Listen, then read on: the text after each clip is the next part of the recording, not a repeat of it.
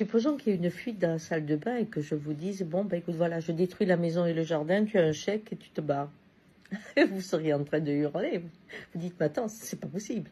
Oui, c'est ce qu'on fait aux agriculteurs hein, à l'heure actuelle. On détruit leur vie, on dit, tiens, il y a un chèque. Il faut penser que les gens qui sont en haut, ces féodaux d'aujourd'hui, qui sont planétaires, parce qu'ils ont des terres partout, comme Rousseau, qui a 7000 hectares en Argentine et ailleurs, oui, ces gens-là, c'est du pognon. Ce n'est pas de la terre, ce n'est pas une maison, ce n'est pas un jardin. Et ce qu'ils protègent, c'est leur richesse. Nous sommes en train d'assister à un basculement qui est effrayant. C'est la féodalité qui revient, mais pas au niveau de la nation, au niveau du monde.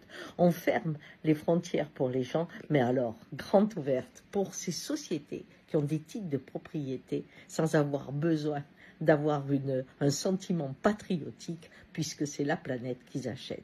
Et ils la font bouger à leur façon. Et ils font en sorte que des gens qui ne se connaissent pas, comme le dit la phrase, s'entretuent, pour eux qui se connaissent et ne se tuent pas. C'est à ça qu'on arrive aujourd'hui, à ce basculement. C'est pour ça qu'il est important de résister. Et je comprends les larmes des gendarmes comme ceux des fermiers. Pourquoi ? Parce que tous les deux voulaient protéger. Un la terre, l'autre les gens. Et dans le combat qu'ils font, ils protègent personne, sauf l'argent. Alors oui, faites attention et n'oubliez pas, n'oubliez jamais, David a gagné contre Goliath. Alors ne vous laissez pas désespérer parce qu'ils sont gros. Nous, on est petits, mais on est agiles. Allez, bonne journée.